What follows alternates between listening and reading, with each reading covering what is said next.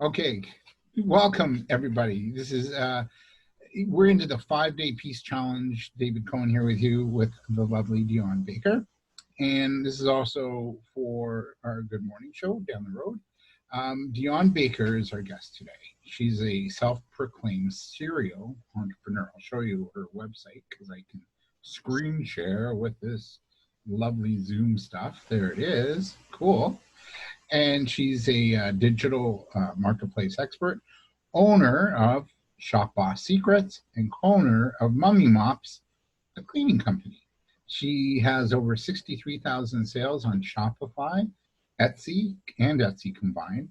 Dionne is also a partner at Ready Aim Scale, a monthly membership site teaching other business owners how to achieve their e-commerce goals. With her knowledge, experience, and keen eye for strategy, Dionne takes the guesswork out of what it really takes to create a successful online venture, teaching you where it's most important to spend your time and money and what areas to focus on for your success. But we're not talking really about business so much as we're talking about how to find peace in the face of racism and derision. And Dionne, welcome. Thank you for this. Thank you. Thanks for having me. So in this 5-day peace challenge, we're talking about peace, right? Obviously. But in this case today, we're finding peace in the face of derision and either intentional or unintentional racism. Share your background or ethnicity with those watching or listening.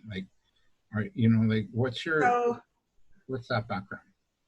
So I'm multiracial, right? So both of my parents outwardly would, I guess, appear to be Black, like they're a little bit darker in complexion than I am, but there's a lot of mixture in my family, right? So I have Jamaican, Chinese, Spanish, English, like British English. I have, North American Black, right, through Nova Scotia.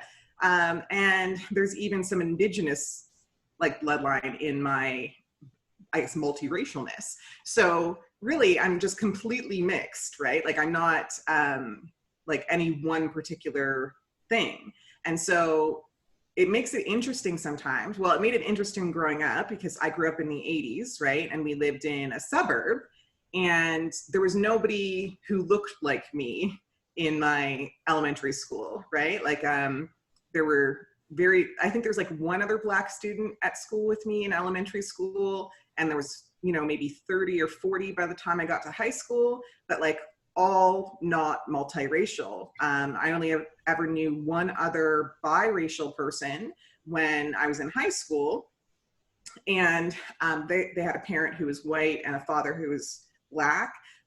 So mom white, father's Black. And even that was different. So it kind of created this weird otherness, I guess, growing up, right? Where, the first time somebody said something to me that kind of resonated about my race, I remember being in kindergarten. Wow, that early. Yeah, I remember there was a girl in my class who kept saying that my skin looked like poo. And, the teacher would tell her not to say it, and then she would just keep saying it and keep saying it. And then if I came around, she'd be like, oh, your skin looks like poo and you smell like poo too, right? And so, I remember being really upset by that and going home because that was probably the first time that it had been so blatant. Yeah. And, I remember my mom sitting me down and explaining to me that, I'm a different color and that we have a different ancestry and heritage, I guess, right? And all of that kind of stuff that goes along with it, and that some people will use mean words to describe that, and that those people were racist. My mom didn't try to hide that, right? Or really soften it. And I think I kind of appreciate that she didn't, because if she had, I might have had a different experience. I might have been more hurt by it going forward from that point. So then that kind of persisted through elementary school. You would have some people's kids who were obviously being taught this at home. A 5-year-old isn't born racist. Do you know what I mean? Yeah, that's the thing that kind of surprises me, that at that age, they're already starting in on this. And I think it's mostly, it comes from home, right? Like they hear their Yeah. parents say things and make comments, and kids are little sponges. They're always listening, right? So they kind of just absorb all of, I guess, whatever tolerance or intolerance they're hearing, and then they mimic it. They parrot it into the world, right? Mhm. And so I remember that being my first real experience. There was, a few more in high school, or sorry, in elementary school, where like another, for instance, so we were lower income as a family because my mom was a single parent. So we Mhm. lived in a kind of a geared to income housing complex. And, all of the peers that I went to school with had like two parents, right? And so they all had these like detached houses, and they lived in, suburbs with these big backyards and these pools and all of that sort of stuff. So I remember I'd been invited to this pool party, and because the girl who had called me, who had said my skin looked like poo and had continued to kind of make comments like that at my elementary school towards me from that point on, was going to that party, I was very apprehensive about changing into my swimsuit. So they had kind of just thrown all the girls into one of the bedrooms, and they were like, oh, everybody just get changed. And I didn't want to, because I knew she was going to make a comment about the color of my skin. And then that would just make me feel even more ostracized. Mhm. So I remember I waited until everybody had their swimsuits on and they had all left the room. And then I changed really quickly. And even then I came out with this towel around me because I was self-conscious about it. And it was largely because, like I said, growing up, there weren't a lot of people who looked like me or who had the multiracial background. Also as a kid, like I remember being chased up my street by skinheads. So there was this little creek that we used to kind of play around at that was really close to where we lived. And, my friends would go down there and we'd just like ride our bikes and do things. And I remember this one time, it was like a creek and there was a train track that came over it. So this one time we're down there and this guy rides up on the opposite side of the track on his bike. And my one friend, Sandy, must have known who he was or what he was, because he turned around and he bolted back on his bike. And then Sandy said to me, Dionne, run. And I thought, well, what do you mean run? Like, I don't understand. Like, why do I have to run? He just left, right? And then in short order, after he had bolted back, like probably not even 5 minutes later, all you hear is like the footsteps of people running towards where we were. And they were all skinheads, some of them with like swastikas painted on their foreheads, Wow. or tattoos. And then, then I understood why Sandy had told me to run. So I just remember running as fast as I could, and screaming the whole way, like from the time I got onto the property line of that little gear to income housing complex, I'm just screaming bloody murder because I was so terrified. And they were literally chasing me. They chased me all the way from the creek into the complex. And luckily for me, my brother was there and he heard me screaming because he's outside, right? My older brother. And so he stood up, and it was kind of like this sigh of relief for me that like somebody was going to be there to help me if I needed help. And then, he basically ushered me on the inside of the house, and then he dealt with the problem outside, right? So it's things like that. That's like more overt racism. But then you have, the covert racism, which is kind of like people saying, oh, your skin looks like poo. It's racist, but do they know it's racist? Or do you know what I mean? Like, maybe not at 5, I would argue probably by the time they were 10 or 11, right? And had been told not to say things like that multiple times. They know what they're doing is wrong. But again, depending on, the influences in their household, they might not be thinking that that's racist, right? They might, and there was times like that where somebody would drop the N-word towards me. And if I would say, oh, so are you racist? That's a racist thing to say. Then somehow I would be the target of further, I guess, bullying or whatever for having pointed out that they said a racist thing or were behaving in a racist way, right? And so it's like that, and I think that's more the covertness of racism, right? Like, because those people have friends and everybody knows that racism is bad. If all of their friends are white and use those words to describe people who look like me, maybe they don't think they're racist, right? So if I say, oh, saying that word is racist, no, I'm the problem, not what they're doing, right? And so you start to learn that as a person, like as a racialized person, you start to learn that there are certain things that even though you know are wrong and that they know are wrong, that you're still going to be gaslighted about, or you're still going to be challenged on when you point out that they're wrong.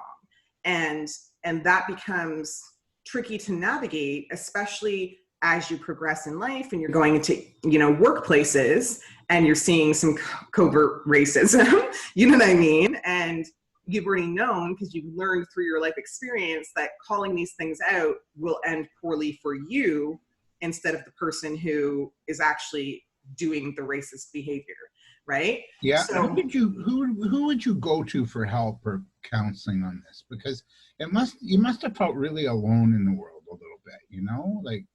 Well, and I think that was it. Like, I did feel really alone in the world, and there wasn't really many people to talk to, because unfortunately, my mother also suffered from really poorly treated mental health issues. So sometimes if I would go to her and I would say something that had happened, the response would be disproportionate. Like, I remember there was one time, one of the kids in our complex was spitting paintballs through or spitballs through a straw. But he was only spitting them at essentially the racialized kids, like the mixed kids, or, you know, the Black kids or the Chinese kids that lived in that little complex. And so I remember I came in and I was just horrified when he'd spit that at me, because essentially it is spitting on somebody, right? And I remember she instantly called the police and had this like overblown reaction, as opposed to maybe just going outside, knocking on his parents' door, saying something about it and trying to resolve it that way. And so it became kind of like, the best way I can say is it became almost impossible to know what it was okay to tell people versus what it wasn't. And so in order to kind of navigate through that, I would have to be really introspective. So I just kind of, probably from a really young age, adopted, you know, acceptance of my otherness in a sense, right? Knowing that A, there's not a lot of people that look like me and that are having this experience, knowing that B, I don't want it to be overblown, the reaction. If I come home and I tell my mom and she's not in the right place emotionally to be able to navigate that properly. And so I would spend a lot of time just kind of thinking to myself about, okay, well, what can I do differently? Does that mean something about me? Does it change who I am? How do I feel about these things? And really kind of just processing through whatever reaction that I was having logically. And that kind of became my go-to thing, because also growing up in a household with a single parent who had really poorly treated mental health problems, you know, there was lots of things separately going on that I would have to use that same strategy in order to cope through, right? Where I'd have to ask myself, is this right? Is this wrong? How do I feel about it? Does it make me different? Am I the cause of it? Those sorts of things, right? And so I feel like developing or cultivating that acceptance of my otherness from like an early age really did help me to just also cultivate the peace within myself, right? I knew, you know, my skin color wasn't something that I could change. I can't be born in a different skin color, you know? And I knew also as a child, you know, my mother's mental health issues were also not something I could change. And so at times when, you know, things would happen, like you would have these events that would happen, and, you know, it would be really challenging or traumatic emotionally, I would really have to stop and just kind of process. Like I would have to spend some time alone with myself to process how to cope through it, because it could feel, especially as a child, that like I was stuck. You know what I mean? I couldn't control so many things, so many of the influences or so many of the environmental factors that I was kind of living through. And if I wanted to not be hurt by these things, I would have to adopt a different strategy on how I thought about them and how I coped with them, right? And so a lot of that kind of became just really logic-driven thought, you know? So I would kind of process my emotions and how I was feeling, and I would tie that to, does that make sense? Yes, it does. Is it valid? Yes, it is. What can I do to feel better? Right? And that kind of became the lens through which I coped, right? And then as I found I would do certain things that would always make me feel better, whether it was exercising, whether it was reading a book, whether it was just being inside by myself for a little while, right? It kind of became a guideline for what I do to feel better in those scenarios. And it kind of opened up the thought process of, well, what can I do as well? Like, what actions can I personally take to try and make this happen less, right? So it's kind of like an evolution over time, where it kind of starts where you're thrown into the situation and you have to cope. There's no sinking in that situation if you want to live a happy life. I disagree. I think there is sinking that could happen. You chose not to, which is really remarkable. Yeah, and I think that's what I mean. For me, there was no option. I wasn't going to be destroyed by the environment and the influences that I was thriving despite of. You know what I mean? So it became a personal mission in a sense to, like, what can I do to make my own situation better? Yeah. Right? And then it would be like a laser focus on that of, okay, this is what I'm going to try. How did that go? And then we would just keep that kind of momentum going forward. Right. Did you have any support back then? Like, did you have supporters, maybe a teacher, maybe friends, like that would have your back? Less so with the racism stuff, more so with the mental health stuff that was happening at home. So I remember in grade 8, I had this really great teacher, Mr. Krawitz, and my mom at that point, that year, for whatever reason, she was having a really tough year. So every day she would drive me to school, and every day when I got to school, I would be in tears because she would just be verbally abusive on that drive, right? And so basically I would come in, and I remember the first day that he was there, and I tried to like hide that I was crying, because the other thing was my mother would tell me, if people at your school or if your teachers catch on to this, they're going to take you away, right? So it was very scary to think about, right? And so I remember the first day he caught me crying, I tried to like pretend I wasn't crying, but I was just so upset that I couldn't like tuck it away, right? And I remember he brought me into the classroom, and I was there early, and he sat me down and he asked me what was happening.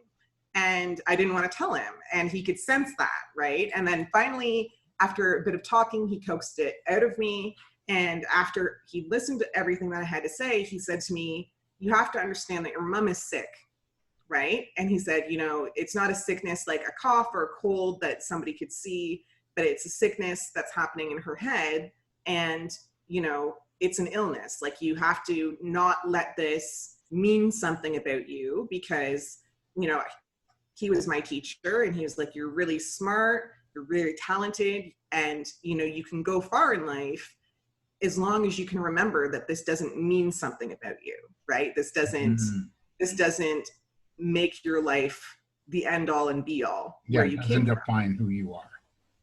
Exactly. And so I think that was super important, because like he would come and he would check on me pretty much every day of that school year, and he would support me. Like, he would give me extra work to do at home to try and kind of help reduce the amount of time that maybe I had to spend engaging with my mom, and you know, just be that kind of support. And then, you know, I remember going into high school, and we had the guidance counselors or whatever, and I just remember there was such a different experience, right? Like there was such a reluctance from the guidance counselors to actually really dig into the issues that I was coping through at home. And I think it was largely because I was doing well in school, right? Like, I was a straight A student. I showed up on time. I was never dirty, you know? So I think they just kind of thought, you're fine, right? And in reality, I wasn't fine, but I just couldn't find the help, right? So really, it took getting into university, and at university, there was like some free therapy that you could access. And I just remember I used to have these like outbursts sometimes of just upsetness, I guess is the best way to put it, right? Like it would just all kind of mount on me, and then I would just kind of have an outburst, and then I thought to myself in university, I don't want to do this anymore. Like I don't want to feel this way anymore, and something's kind of broken from how I used to be able to properly cope with this and how I'm coping with it right now. And so I went through therapy in university, like lots of therapy, and after university. So like started in university and continued throughout. And I just found that was really helpful, because then I had words for the things that I had been doing to cope through a lot of those experiences that I was living, right? So like, that was the first time I learned about dissociating and how it's therapeutic if you do it for like the point of looking at just the logic and the facts, which is exactly how I'd been doing it. I wasn't, dissociative in terms of like a personality disorder or something like that, but I would kind of take myself out of the scenario and just look at the facts that had happened as a way of understanding whether they were logical or not, right? And that's a coping mechanism that's taught in therapy that, I just had no idea. I just adopted on my own somehow. Or, the ability to talk to people about it, because probably by that point in university, the major thing that had changed is because nobody had been listening, I really stopped seeking support outwardly, right? Because when I would tell people about what was happening, there just wasn't a lot of support, right? Like, again, I looked and I functioned like somebody who was living a perfect home experience. Like I was going to school, I was getting good grades, I got a scholarship to university. So people just kind of assume that you're fine, right? And that was, in university was when I learned about high functioning depression, right? Like how that had become like excelling at things, or really focusing hard on things and working hard at those things had become, in a sense, an unhealthy coping mechanism for me, because that way I could just ignore a lot of what was happening in my head, or quiet my own thoughts about it or my own feelings about it, and just keep pushing forward to bigger and better goals, right? And so then as I achieved more, I had always thought, well, I'll feel better when, and then that wasn't happening, right? So it was kind of through going to therapy after all of that I learned a bunch of these things, and I could pinpoint the strategies that I had been using, and I could really start to let some of those things go, like let the hiding of what my experience was go. I could tell people these things as an adult, and it wasn't about their reaction. It was about just getting it out. You know what I mean? And so if they had a poor reaction or no reaction, it didn't affect me as it did when I was a child, right? And so there's a lot of these things that you learn along the way, and there's a lot of like that personal stuff that you do, the personal work that you do in order to again find your own peace. And so a lot of that, as I found my voice and was able to start expressing things, kind of led me to falling away from certain relationships that had been toxic, led me toward finding better relationships with other people, right? Led me toward even the relationship I have with my husband, which is a really special one, where, when we first really were getting serious, we sat down and we talked through, what do we want our relationship to be? How should we always talk to one another? If what happens when one of us is angry and the other one, is advancing on them to like continue an argument, what happens then? Right?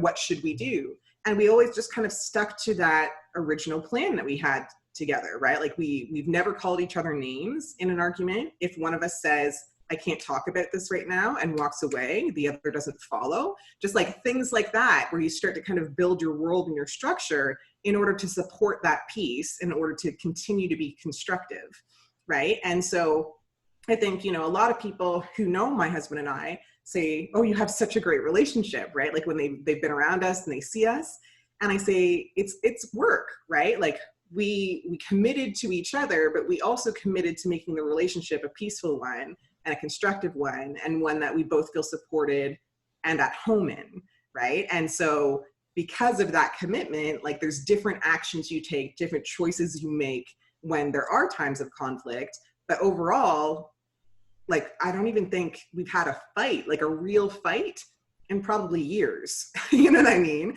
Just because as you adopt those strategies in your life, it doesn't escalate to being a fight that's necessary, right? Like if I say, I feel disrespected when, he just doesn't do that again, right? Like, so yeah, so I think it's a lot of kind of personal definition of what you want your peaceful place to be. Like, what is peace to you, right? Because for me, it's obviously one thing, and it's, I think it's very individual, but it's like, it's defining what that is.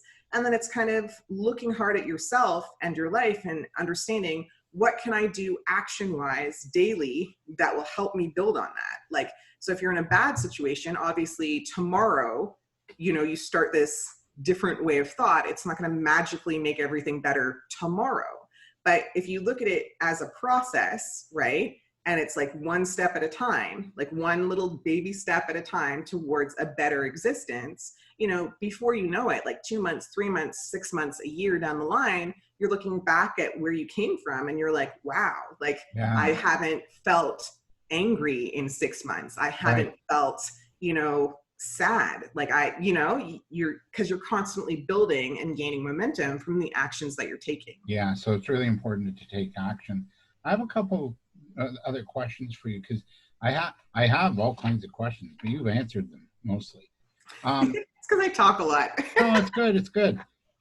Yeah, but you're so good at it. I mean, that's how we met. We met, you were talking and speaking at an event, and I was too. So if you'd like, what changes would you like to see happen for young kids who are like you today at the school level? Like, what would you like to see change at that grade school level, so young kids who are like you don't have to go through this? Well, I kind of think it starts with the administrators at the school, right? And I think back to like experiences that I had in high school and elementary school, where I was bullied, where other kids were bullied, and really the administration, like once it got to the principal's office, would just kind of shove this under the rug and pretend like it wasn't happening. And then just hope it changed, or maybe then even in some cases hope that it just happened off of school property from that point on. And I feel like it kind of starts there, like where the kids are in the schools for the bulk of their waking hours of a day, right? The teachers, the administrators, the support staff that comes in, everybody needs to be vigilant about not accepting racism. And it's not even just not accepting racism, it's being anti-racist, right? So when you hear those things, they need to be repeatedly spoken about. They need to be repeatedly rehashed. And if we look at, you know, how people learn over the course of time, it's through that repetition that these kinds of ideas start to sink in and really, really take weight, right? So I feel like it starts there. I also feel like legislatively, just for, you know, all of Canada, like not even just for like school kids or whatever else, for the people who are in work right now, who are experiencing covert racism and feel powerless to do something about it because that's the corporate culture. You know what I mean? I feel like there just needs to be some commitment on behalf of the leaders in those groups. And when I say leaders, I don't necessarily mean like the CEO at the top level, obviously them too, but like you can lead from any seat and any experience that you're having, right? Just by your way of being, how you show up, how you address these things. And it doesn't actually have to be all that confrontational. You know, sometimes when, you know, if you hear somebody say something that's covertly racist, just asking, well, what exactly do you mean by that? Right? Like, it's just a question. And then if they are being racist, they have to think through an answer. And if you continue to ask that exact question, so what exactly do you mean by that? Over and over again to that person who's repeatedly covertly racist, eventually they start to feel like they're going to get caught doing that. You know what I mean? And they start to change how they behave as a result of that repetition. So I think it's commitment from everybody. It's commitment from the people, the allies, the Black people, the racialized people. It's commitment to call it out when you see it, but not in this confrontational or like any kind of violent way. It's just, you know, a little nudge. Like, so what did you mean by that? Oh, okay, because it sounded like you meant, right? And then you're having more constructive conversations.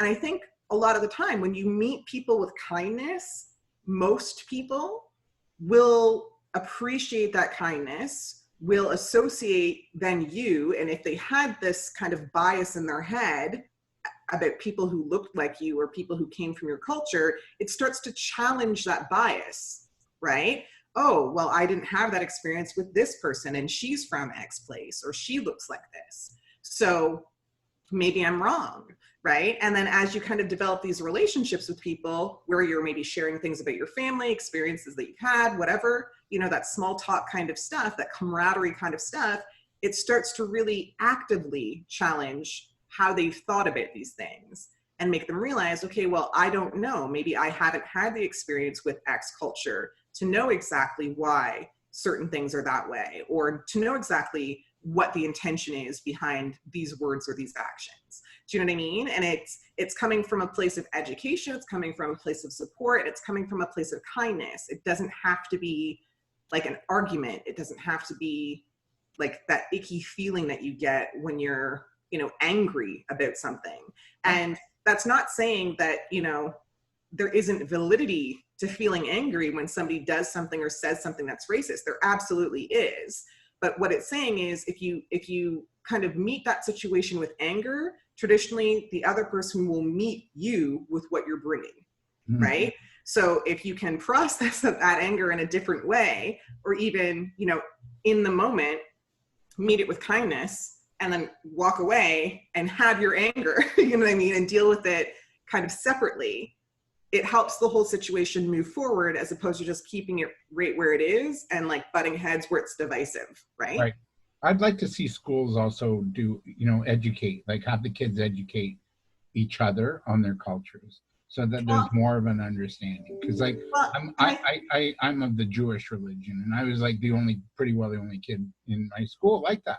And people didn't get it, right? They didn't understand what that was about, you know? And so don't worry, I told them that we had all the money in the world and we had horns. So no, I'm kidding. No, but that's the thing. I think it's important for kids to be able to educate about their cultures, but also some of the kids, like for instance, for me, well, what would I be educating, right? I'm so multiracial, and you know, my parents don't even know a lot about the culture, right? Or the cultures that weren't their direct cultures, right? So like if we're talking to my dad would be able to tell me about things that maybe the history of Jamaica, because that's where he lived for a long time. Yeah.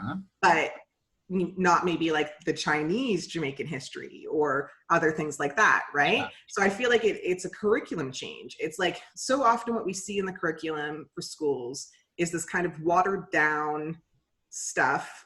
And it's almost like, in a sense, rewriting history a little bit. And that's what's taught as opposed to all of the cultural history, even for Canadians, right? Like we don't learn, or at least I didn't learn in history class, a lot about, you know, the Indigenous people, right? I went to a Catholic school, so I learned about a lot of other world religions and their beliefs, but I didn't learn like historical facts about what had happened here in a way that was actually meaningful.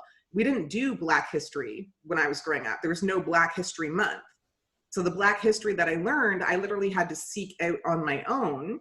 I would catch pieces and like little tidbits of it from my mom, you know, who's lived through like the civil rights movement and all of that kind of stuff. And like from her siblings who were like of that age too.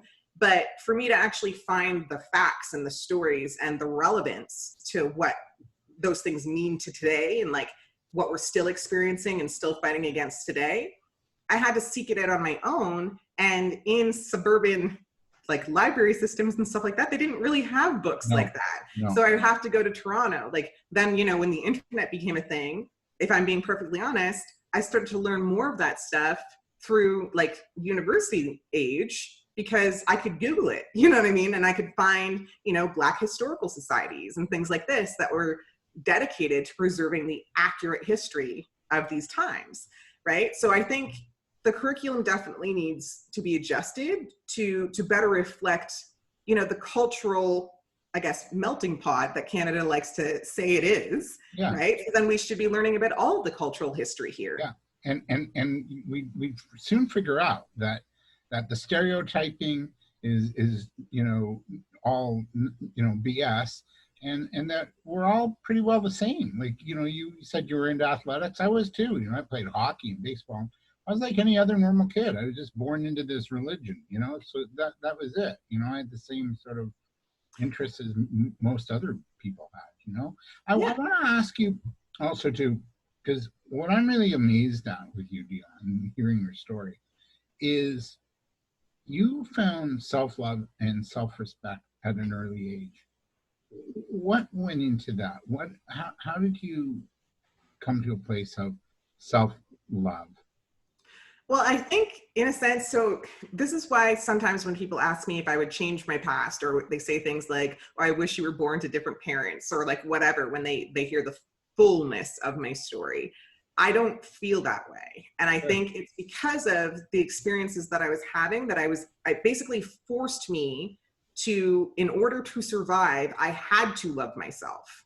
You know what I mean? If I, let the essential violence that was happening in my home mean something about me, mean that I was less than, mean that I wasn't deserving of good things or love or support, then I couldn't move forward, right? Like, you're paralyzed by those feelings of like worthlessness, right? And so I'd be lying if I said there weren't times where I did feel that, where I felt worthless and I felt unloved and I felt unsupported and all of those things. But I think I recognized that in order for me to change that, for me to have the best shot of changing how I felt and of changing my experience, I had to keep going. And so some days what that would look like for me was just finding one thing I liked about myself that day. Like if that was a particularly rough, set of weeks or months, and, I had to go to school still, I had to show up still.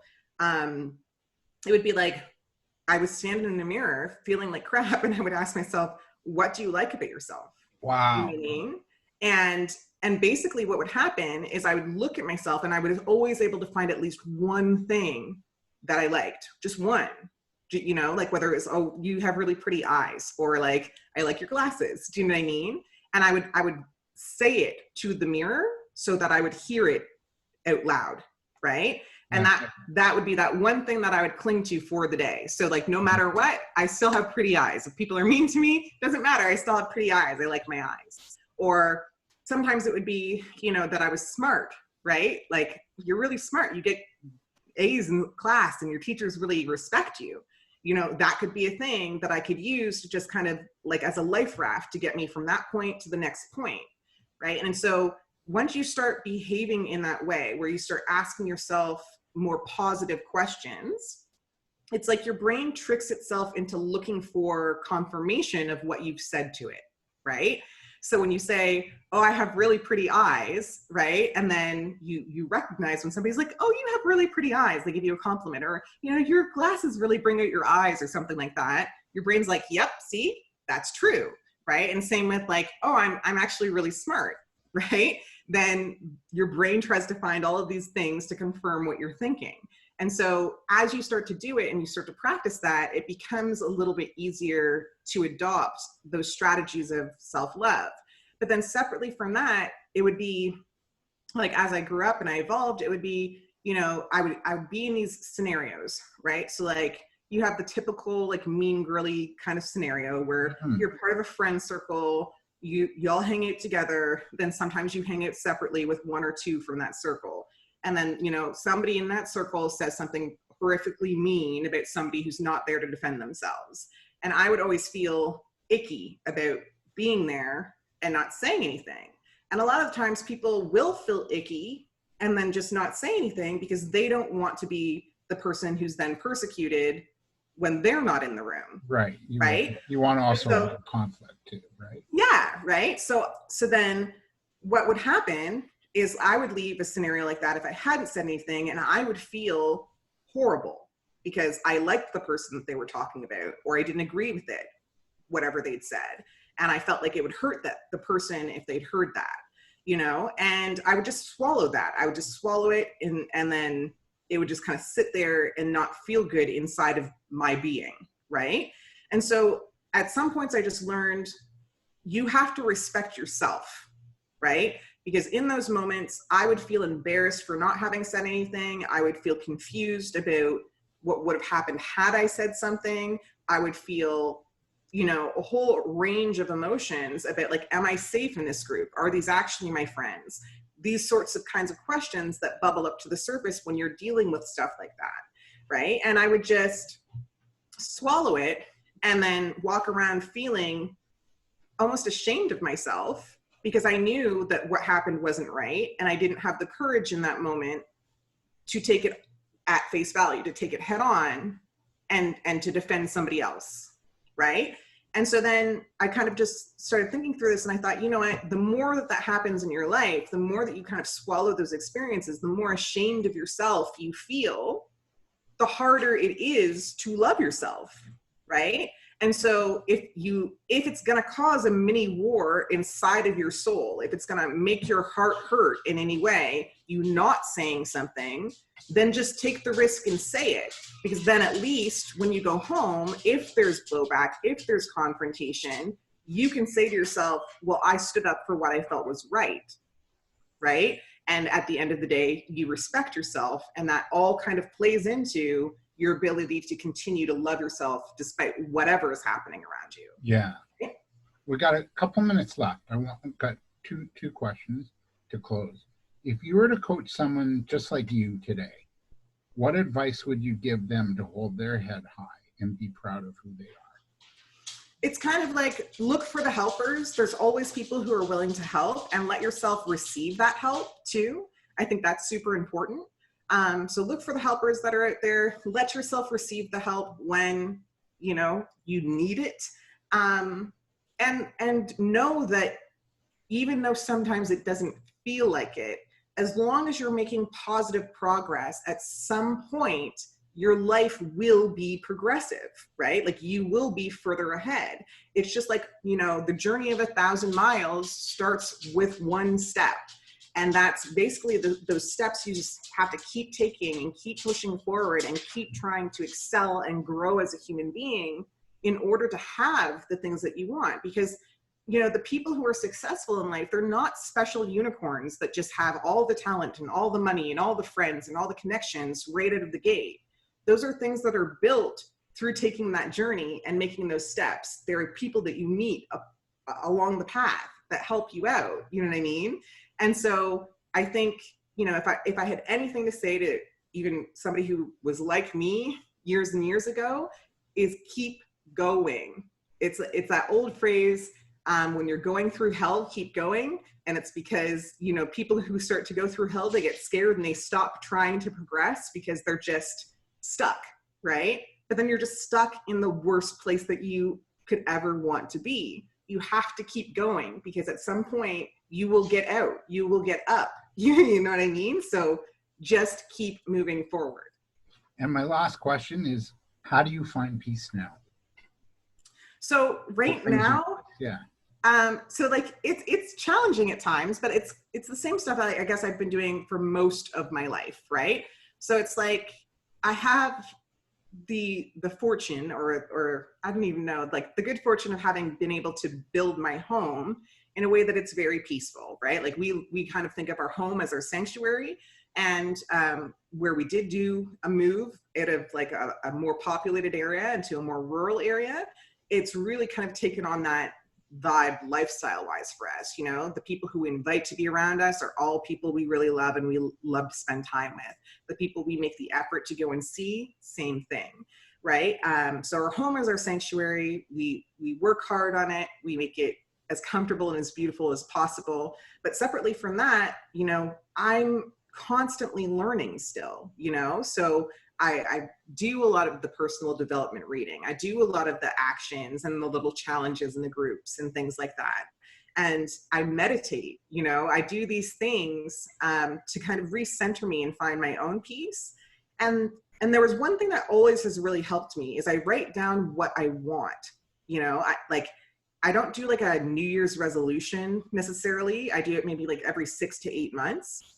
I write down all of the things that I want to see happen in my life. And then once they're all written down, I refresh my awareness of what's on that list on at least a weekly basis, if not, you know, twice or three times a week, right? And I find that when you're focusing on the positivity, when you're focusing on the things that you want to see happen, the things that you have the power to change, the power to take the actions toward, it just kind of helps you feel peaceful. You walk in peace because you have this end result that you're working towards. You know what I mean? Like, you know what your goal is. And so everything that you do kind of has that, I guess, more positive or uplifting energy behind it. There's a purpose. Yeah. My late cousin taught me as a kid, walk with purpose. But it's true. So it is true. Because, you know, you can walk aimlessly, and a lot of people do. This was a delight, really, today. Well, thank you. Yeah, totally. Where can people connect with you? We have your website here showing. So yeah, I need to actually add a contact form on there. I've had a couple people be like, where do I? So yeah. I can be reached on my Facebook page. It's just Dionne Baker. Yeah. And so you can find me just looking up Dionne Baker on Facebook, and you can message me there. Otherwise, you can send me an email to dionne@shopbosssecrets.com. And yeah, that's how you reach me. That's beautiful. Thank you so much. What a glorious session today. And I think people watching are going to be moved. And I so appreciate you for this. Well, thank you for having me. My pleasure, Dionne. What a joy. And we'll be back. We have one more of this 5-day challenge tomorrow. So stay with us and let other people know.